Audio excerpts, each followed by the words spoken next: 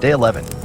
Jake awoke the next morning to the sun as it shined into the cabin through the tiny cracks around the window and door jambs. He saw Bo, sitting naked at the table drinking a cup of coffee. He got up and walked over to the table to join him. Bo got up and poured Jake a cup of coffee and sat back down.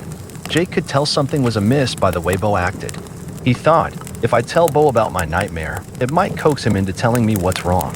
He lit a cigarette and took a couple drags and a few sips of coffee and said, "Sometime during the night, I rolled over on my side to face you and the hole in the wall. I opened my eyes and through the dim light, I saw a large hairy arm reach through the hole and try to grab you. I saw you jump out of your cot and grab a piece of firewood and beat the hand and arm back through the hole. Before the Bigfoot pulled its hand away, it grabbed the waistband of your underwear and ripped them off you." "You weren't dreaming," Bo said, his voice serious, his breathing rapid and shallow. "What you just described really happened." "You're kidding." "No, I'm not kidding. Sometime during the night, I woke up facing the hole in the wall and saw a Bigfoot's arm and hand feeling its way toward me in the light from the lantern.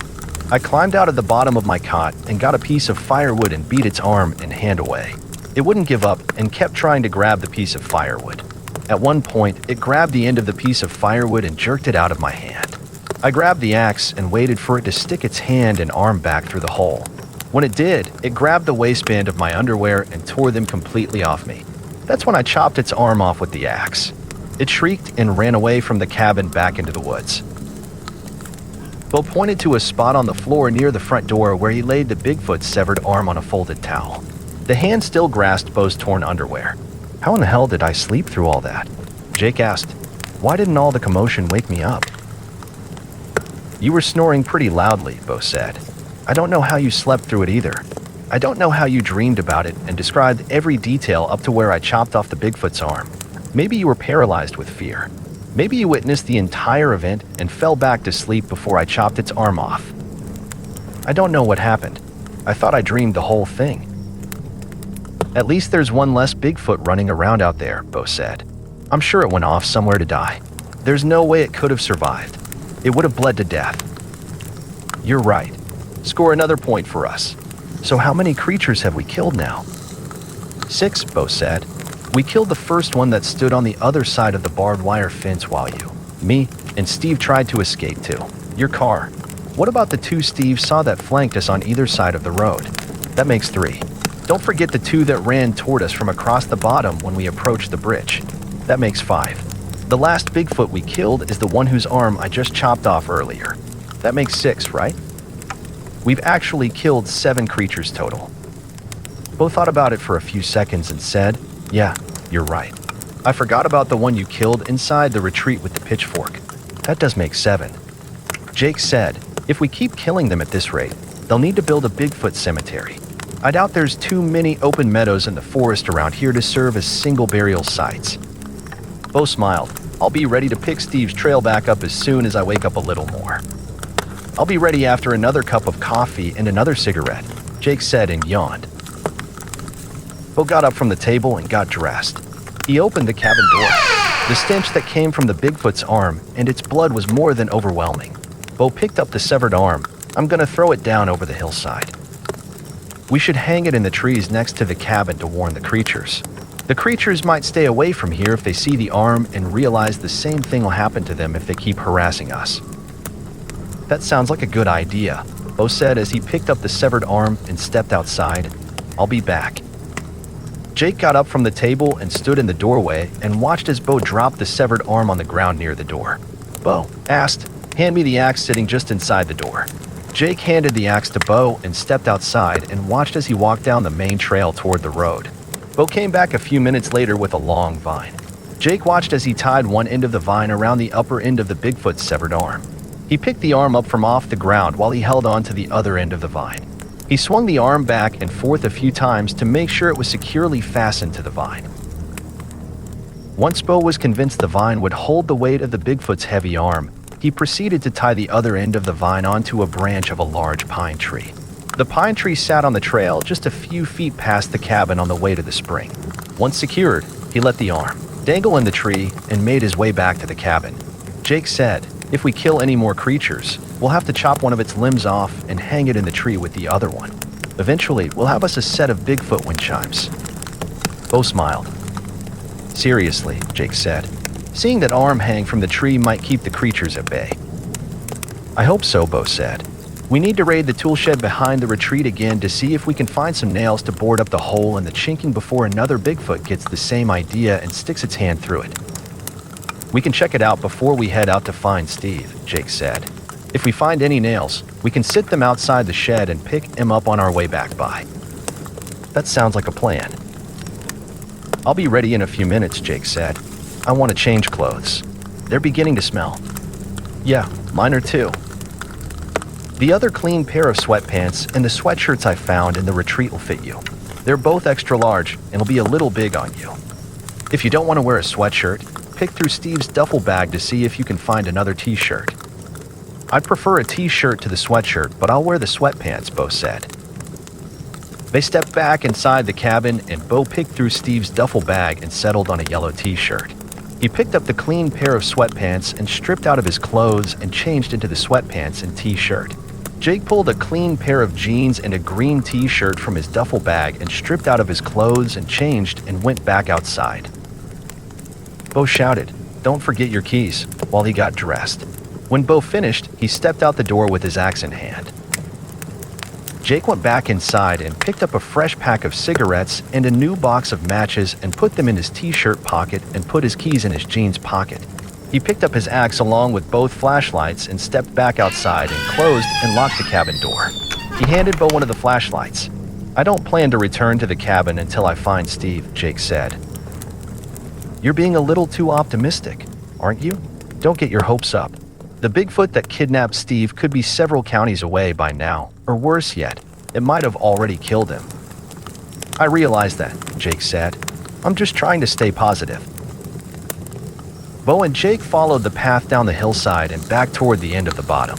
They cut through the trees and followed the game trail to the meadow that contained the Bigfoot gravesite. They noticed a small bouquet of white dogwood blooms that lay in the center of the grave. The foxgloves took the place of the daffodils a Bigfoot wandered off with yesterday. "The creatures sure seem to respect their dead," Jake said. "In many instances, better than most humans do." "It sure seems like it. Most people don't even visit cemeteries anymore, let alone put flowers on their loved ones' graves." They continued on and passed by the large rock formation that sat on the other side of the meadow. They didn't see any need to look around it for any new clues, so they kept on walking. They re-entered the woods beyond the formation and continued on down the trail. They rounded the curve and walked up to the tree that had fallen across the river before they decided to take a short break. They climbed on top of the fallen tree and sat down. Jake placed his axe and flashlight in his lap before he lit a cigarette. He took a couple drags from it. "I wish we had a canteen or something to carry some water in." "Yeah, me too. I'm starting to get a little thirsty." "It's a little ironic how we have all this water that flows beneath us," Jake said, "but yet we can't drink any of it. I'm too afraid to drink it. If I drink any of it, it'll more than likely make me sick." "Drinking the river water is definitely a bad idea. It'll give you dysentery." "Yeah, that's all I need. I don't need to shit myself and smell worse than I already do." "If you shit yourself, you'll smell worse than the creatures do," Bo said and then laughed. Jake finished his cigarette and flipped the butt into the rushing water. They picked up their axes and flashlights and stood up and made their way carefully on across the fallen tree to the other side of the river. They could clearly see both Steve and the Bigfoot had a difficult time while they climbed up the steep 60-degree slope of the riverbank as they approached the other side of the river. Deep hand and knee impressions were visible on the ground that led up to the top of the riverbank. The Bigfoot might have even picked Steve up and carried him at one point. Because Steve's hand and knee impressions vanished, it was also a difficult climb for Bo, and Jake especially with their hands full. Jake placed the flashlight handle in his mouth and carried the axe by its handle in his left hand while he crawled up the steep riverbank on his hands and knees. When Jake reached the top of the embankment, he stood up and turned around to see Bo struggle like he had on his ascent up the steep slope. Jake asked Bo to hand him his axe when Bo neared the top of the riverbank. Bo did, so Jake took his axe and laid it on the ground. Jake grasped Bo by his left hand and helped him pull himself up to the top of the riverbank. Bo looked at his hands and then farther down, his front. So much for clean clothes. Jake looked at his hands and then toward his feet and laughed. Both their hands and knees were covered in dark, wet mud. Both of them wiped their hands off on the backs of their pants. Jake said, "We should probably rest a few minutes before we continue." Yeah, that was a rough and steep climb. We'll need to keep our eyes peeled for footprints or pieces of Steve's shirt to lead us in the right direction, Jake said. Bo said, "That'll be the only way we'll be able to continue our search." They scanned the ground in their immediate vicinity to see if they could find any tracks that led away from the riverbank. Bo noticed one lone impression in a sandy area on the old, overgrown dirt road that runs adjacent to the riverbank. The impression pointed down the road toward the direction of the Whites' property line that was about a mile ahead. Jake said, "We should head off in that direction." "That'll be our best bet," Bo said. They picked up their axes and flashlights and made their way down the road in the direction the Bigfoot went. The road was pretty well covered in grass and weeds because it hardly ever saw any vehicle traffic. They would occasionally see one of the Bigfoot's impressions in an old rut that had been carved out of the road many years ago when the road was traveled more frequently. Jake said, "Because there's no footprints from Steve, maybe the Bigfoot slung him over its shoulder and carried him instead of letting him walk." That sounds plausible. The Bigfoot could have slung him over its shoulder to help him up the riverbank and didn't put him back down when it reached the top and continued on down the road with him. It makes sense. That explains the lack of his footprints. What about the lack of clues he's been leaving for us? What about the small pieces of his t-shirt? Jake asked. Maybe, because of the way the Bigfoot is carrying him, he can't rip any pieces from his shirt to throw on the ground. Maybe the Bigfoot has his arms and hands pinned. That sounds plausible. Do you think we might be following the wrong Bigfoot?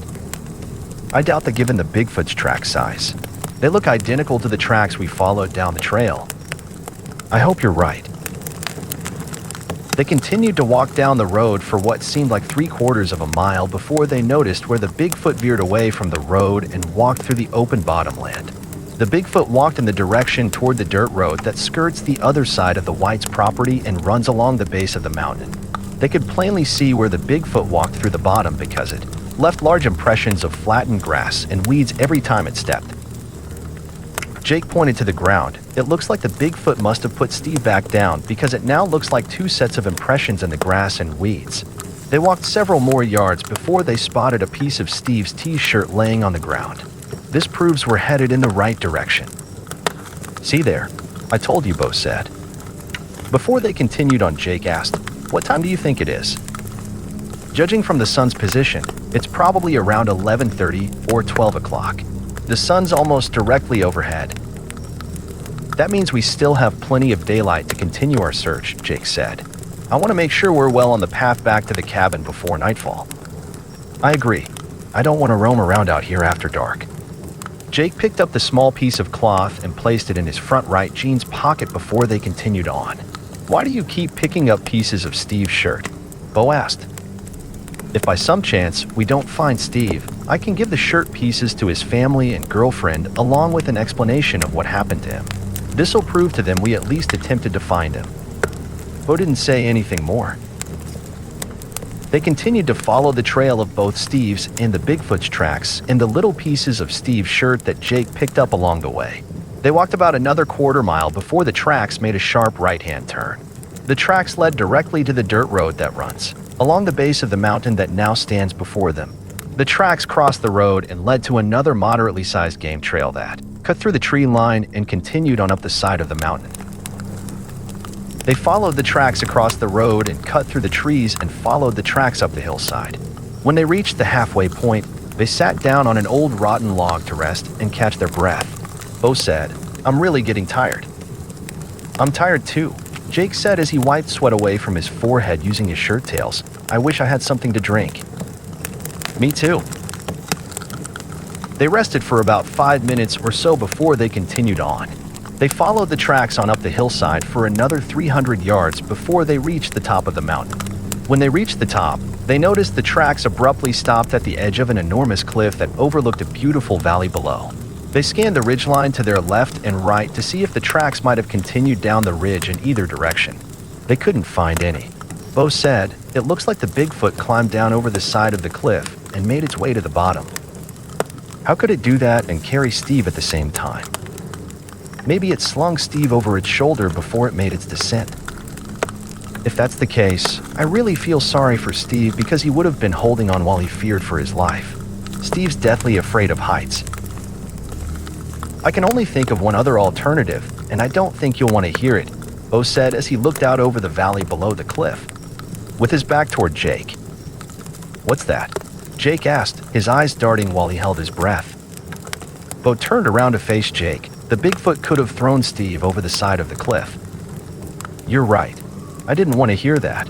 I don't think the Bigfoot would have ushered him all the way here just to throw him over the side of the mountain. Yeah, you're right, Bo said as he turned back around and looked over the side of the cliff, stroking his chin. There's no way for us to scale down this ledge to the bottom of the mountain without some sort of climbing gear. You're right, my friend. Even if we had the proper gear, you still wouldn't see me try to climb down that 1,000-foot drop. I'm deathly afraid of heights just like Steve. We're simply gonna have to find a different way down to the bottom. We should hike back down the trail and take the road back to where my car's parked. That route will be faster, and we can hold onto the cables while we cross the river to get back to the cabin. I agree, Bo said, his brows furrowed, eyes narrowed. The only thing I don't like about your idea is the fact that we have to wade through the cold water. Yeah, but it won't be like it was when we fell into the river when the bridge collapsed. We can easily change clothes when we get back to the cabin and quickly get warmed back up. You and I are lucky we haven't encountered any creatures today, Bo said. I know. They're probably asleep and storing their energy so they can attack the cabin again tonight. We forgot to look for some nails in the tool shed before we started our search. Jake glanced at Bo. I honestly forgot about the nails. I'm more worried about finding Steve than anything else. I don't blame you. I would hope if I was in the same situation, you and Steve would try to find and rescue me. Of course, we'd try to find you. You seem like a nice guy, and I consider you more than just a friend. You're a brother from another mother. You've more than proven yourself by putting your life on the line while trying to help me and Steve escape. You've proven yourself even more now by helping me try to find Steve. Bo blushed. Thank you. I also think of you as more than just a friend, especially since you took me in and doctored the injuries I got from the wreck the other night. That's what true friends and real brothers do for each other, Jake said. They hiked back down the mountainside and exited the tree line. They walked out into the road and turned left and followed the road for a good bit before they discovered a newly built 2-story log cabin. The cabin sat on the left upon an enormous tree-cleared lot. There were only a handful of trees in the yard that surrounded the cabin. The remainder of the trees made up the tree line at the base of the mountain and stood nearly 100 yards away from the cabin. Bo and Jake looked at the cabin from its back side because the cabin's left side faced the road when it was viewed from the front. They approached the cabin, and Jake noticed a smaller version of it that sat behind it to the right, about 25 feet from the tree line. Jake assumed the replica was either a child's playhouse or a garden shed. He decided on the latter because he didn't notice any toys scattered about the yard. I didn't know anyone lived in this area, Jake said, a huge smile on his face. I didn't know anyone lived here either.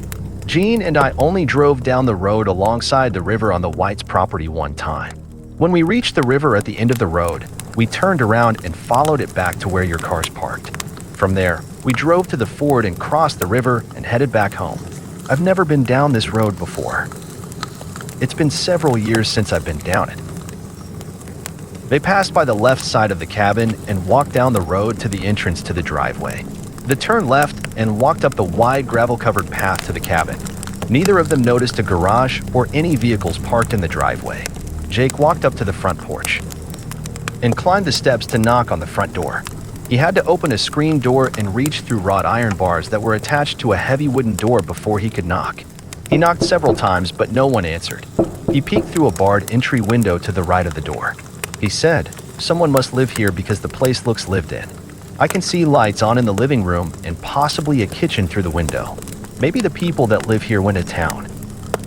Maybe the owners only use it like me and Gene used ours," Bo said as he shrugged his shoulders. "Maybe the lights you saw are on timers."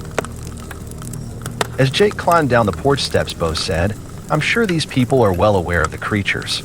Why else would they have wrought iron bars on all their doors and windows?" "You're probably right. I don't see why they do that unless they've had several run-ins with him.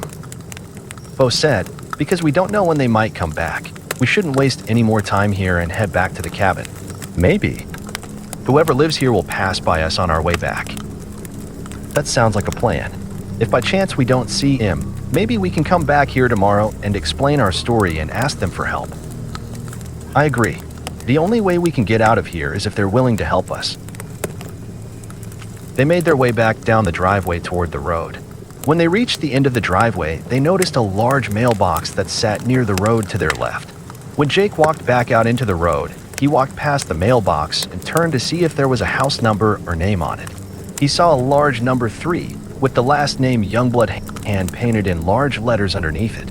Both the number 3 and the last name were stenciled in white paint on the right side of the black metal box. Once he made a mental note of the last name, he turned back around to join Bo, and they continued on their way down the road. Jake said, it makes sense their house would be number 3 on the postal route. My grandparents' house is number 1 and the retreat is number 2. I believe they're numbered that way because my grandparents were the only full-time residents in this area until they died. That makes sense. It was a little more than an hour later when they made it to where Jake's car was parked near the collapsed bridge. Jake said, I want to check out the damage to my car before we wade back across the river. When they approached the car, it was obvious the front tires had suffered the same fate the back ones had. The only difference was the front passenger tire was ripped completely off its rim and lay in the weeds several feet away. Jake continued to look at the damage to his overturned car. He noticed that near the midpoint of the car's underside, it looked as though the Bigfoot had climbed on top of the car and jumped up and down on it numerous times. The roof was flattened considerably near the trunk end of it. Part of the trunk had caved in. This is why the ass end of my car looked like it was driven into the dirt when we looked at it from the other side of the river yesterday. Jake said while pointing out the damage to Bo. We couldn't see the flattened roof. Bo shook his head while he looked away, his brow creased, his eyes narrowed. Is there anything in the car or trunk we can use? The only things in the car, specifically in the trunk, are the jack, spare tire, and a tire iron. The only things I can remember that's inside the passenger area of the car is the owner manual and registration in the glove box, a few cassette tapes, and maybe some loose change. The tire iron would be handy, but it'll be too much trouble to get it out of the car, Bo said. I agree, Jake said as he finished his examination of the damage the Bigfoot had done to his car. He began to examine the ground around it. He looked at the Bigfoot's footprints and said, all of mine and Steve's fishing gear is gone. We left it all here next to the car when we fled back across the bridge to escape the Bigfoot that guarded my car. What would the Bigfoot do with all your fishing gear? I don't know, and I don't really want to know. They walked over toward the ruins of the bridge. They carefully climbed down over the steep riverbank and made their way to the river's edge where they could grasp the ends of the steel cables that were still caught up on the large rocks on either side of the river. Jake tucked the handle of his axe down into the back of his pants and rested the axe head against his lower back. He placed the handle of the flashlight between his teeth and picked up one of the 2 cables and waded out into the river. He strongly held onto the cable while he made his way across. He knew if he let go, he would get washed downstream. It took him about 5 to 7 minutes to cross the river before he made it to the other side. The water was deep, the current swift, and there were many obstacles along the way. The obstacles were the steel ties from the bridge that stood vertically as well as the ones that lay horizontally underneath the water's murky surface. The large slippery river rocks he had to wade across also forced him to take his time. When he made it to the other side and stood safely on the bank, he turned around and waved to Bo to let him know it was now his turn to cross. Bo did the same thing with his axe and flashlight that Jake had done. He made it halfway across the river before he slipped and nearly let go of the cable. He got back to his feet and made it safely the rest of the way across. Bo stood beside Jake while he tried to catch his breath. I'll be damned lucky if I don't catch my death of cold because of getting wet for 2 days in a row. I'm cold and wet from the waist down, and I can empathize with you, Jake said while nodding his head and agreeing with Bo. We need to look for some nails and then head back to the cabin and get a fire started in the stove so we can warm up and get out of our wet clothes. Bo nodded and said, the sooner the better. They made their way up the embankment and across the property of the retreat and back to the tool shed. Jake moved the cinder block out from in front of the door with his foot. They stepped inside and turned their flashlights on. Bo opened and looked through the cabinet that contained the old oil and cleaning supplies, while Jake opened and looked through a few boxes that were stacked on top of the workbench. Neither of them found any nails. Jake pointed to another smaller cabinet that sat at the back of the shed against the outside wall. Bo went too. "Check it out," and kneeled down and looked inside it. "Pay dirt," he shouted. He stood up with a set of screwdrivers and 2 boxes of construction nails and screws. Jake emptied one of the smaller boxes he had rummaged through that sat on the workbench. He handed the box to Bo so he could place the items he found inside it to make them easier to carry. They walked back out of the tool shed and Jake replaced the block to keep the door closed. They headed to the back of the shed and quickly scanned the bottom and then made their way back to the cabin. Jake had his keys in his hand like always before they reached the cabin door. He unlocked and opened the door and they stepped inside. Bo didn't waste any time as he put down what he carried and quickly stripped out of his wet clothes. Jake started a fire in the stove before he changed out of his wet jeans. They both hung their wet clothes over the shelves next to the stove to dry. They also placed their wet shoes near the stove. "You can wear the other pair of sweatpants I found in the retreat," Jake said. "I'll wear a pair that's in my duffel bag I brought with me from home." Bo said, "I'll get dressed after I warm up by the stove." Jake slipped on his sweatpants and sat down in the chair at the table that sat closest to the stove. Bo stood in front of the stove while he tried to get warm. Jake lit up a cigarette and then lit the lantern that sat on the table. He turned the wick up to brighten up the inside of the cabin. The cabin remained dark inside even though it was still early in the day. This proved true even with the cabin door open at high noon. Bo continued to stand near the stove while he took turns and warmed both his front and backside, being careful not to burn himself. He continued to do this until he was convinced he couldn't get any warmer. He walked back over to his cot to get the other pair of sweatpants and put them on. He next walked over to the woodpile to find a piece of firewood that would fit into the hole in the chinking on the back wall of the cabin. He found a piece of firewood that was a perfect fit like Steve had. He picked up the hammer and pulled several nails from the box to toenail the piece of firewood into place. Once he finished, he walked back over to the water buckets and filled his glass with water before he sat down at the table. Jake got up and filled his glass with water and drank the entire glassful in 2 gulps before he refilled it and sat back down. Bo said, "Now we won't need to worry about another Bigfoot sticking its hand through the hole to grab one of us in the middle of the night." "If only I could have seen the look on your face when the Bigfoot grabbed you by your underwear," Jake said and laughed. "It's not funny. It could have grabbed more than just my underwear if you know what I mean," Bo said as he raised an eyebrow. Bo's comment made Jake laugh even harder. However, he could tell Bo was serious, so he stopped laughing and apologized. "I'm sorry, man. Since it's not quite dark out, I want to take my chair outside and sit for a little while before dinner or before the creatures start prowling." "That sounds like a good idea." They stood up and picked up their chairs and stepped outside. Jake also took his glass of water and cigarettes with him. He sat back down next to Bo, and they looked down at the bottom and the retreat. Jake said, "I hope the Youngbloods are full-time residents and don't use their cabin like you and Gene do, or how me and my parents use my grandparents' farm. I hope the lights I saw inside their cabin ain't on timers."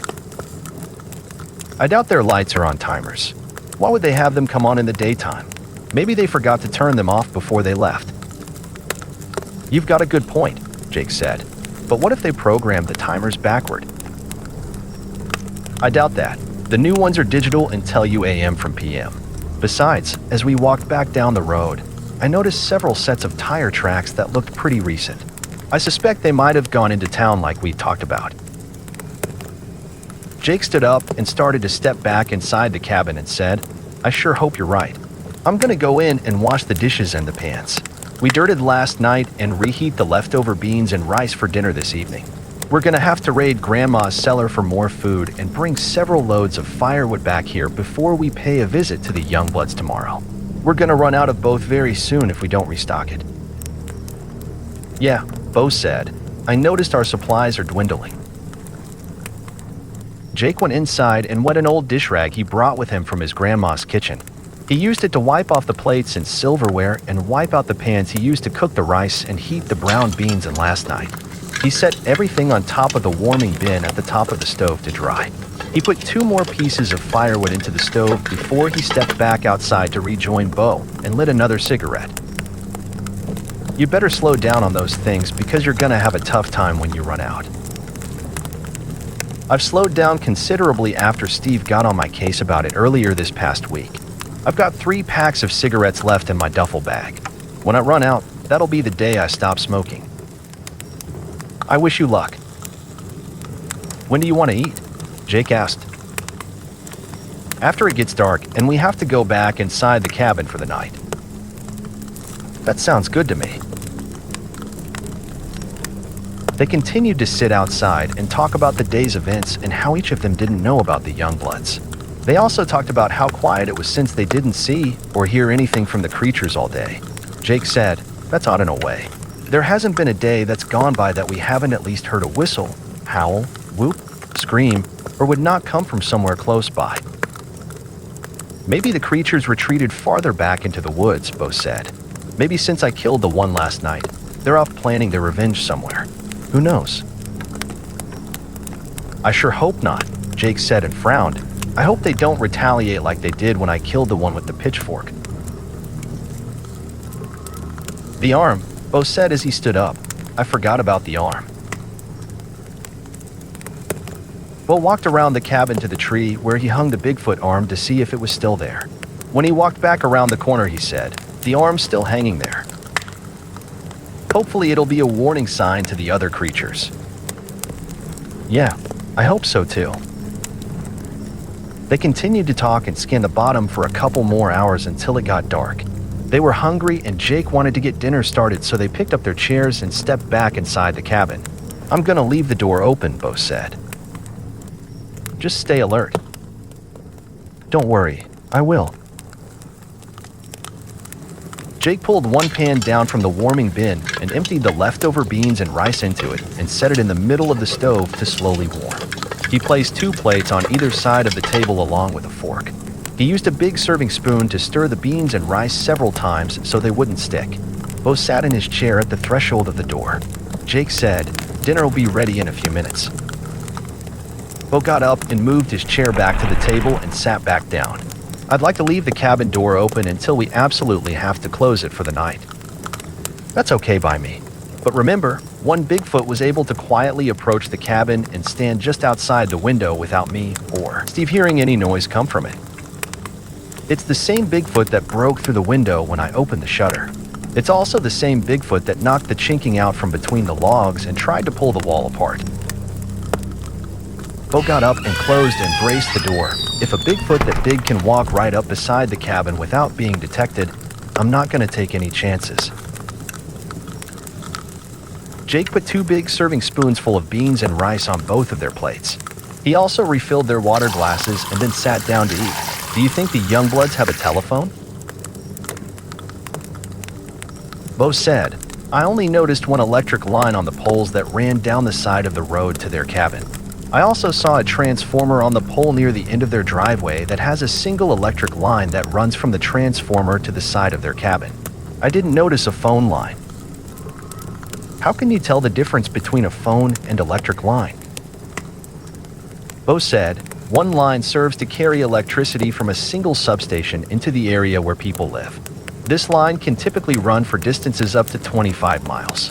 Transformers are placed on the poles near people's homes to lower the voltage and make the electricity usable. In the cities and out here in the boonies, when folks have both electricity and a telephone, the telephone line usually runs beneath or adjacent to the electric lines on the same pole. In the cities, where multiple lines run on top of the poles, it's difficult to tell the difference between the lines, but it can be done." "I would hope so," Jake said.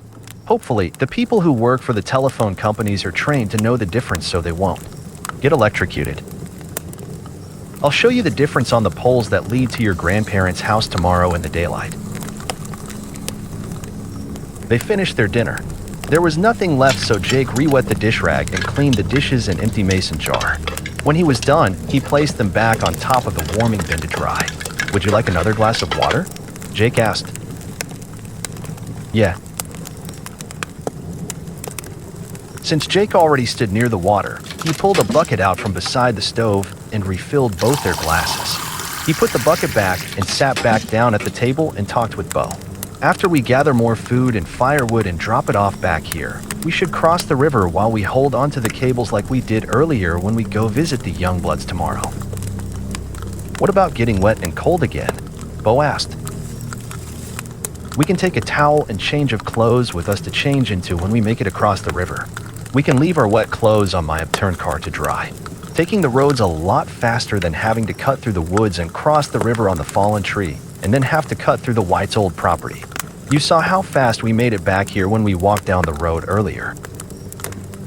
If I get a cold, I'm gonna blame you. Jake chuckled. I'm happy there's still no sign of the creatures, Bo said. I might just turn in early so I can get some uninterrupted sleep tonight. That sounds like a good idea, Jake said. I want to smoke another cigarette before I turn in. I'll turn the flame down on the lantern to dim the cabin for you, though. Thanks. Jake lit another cigarette using the flame from the lantern before he turned the wick down. Bo took his sweatpants off and crawled naked into his cot. Jake sat at the table and smoked his cigarette. He thought, as a guy, I have to admit to myself that Bo's quite handsome. He stands nearly 6 feet tall. He's somewhat skinny but muscular at the same time. He has jet black hair along with a couple days worth of dark beard stubble. He has greenish blue eyes. He has clean, even teeth. He's also moderately hairy like me. He's got a lot of hair on his arms and legs as well as on his chest and abdomen. He also has some on his back. He has a decent-sized penis from what I noticed when he stood beside me near the stove earlier and just now when he slipped into his cot. Jake finished his cigarette and threw the butt into the wood chamber in the stove. He got up and walked over to his cot. He had to pee, so he retrieved the chamber pot out from underneath his cot and did his business. When he finished, he put the pot away.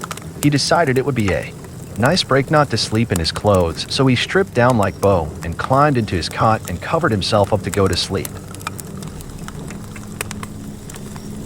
Please tune in next week as we continue on with the next installment of A Journey Through Hell and Back. For those who cannot wait, this title is available on Amazon.com. A link to the book is available in the description below the video. Please remember to like and subscribe so you won't miss out on the continuing saga.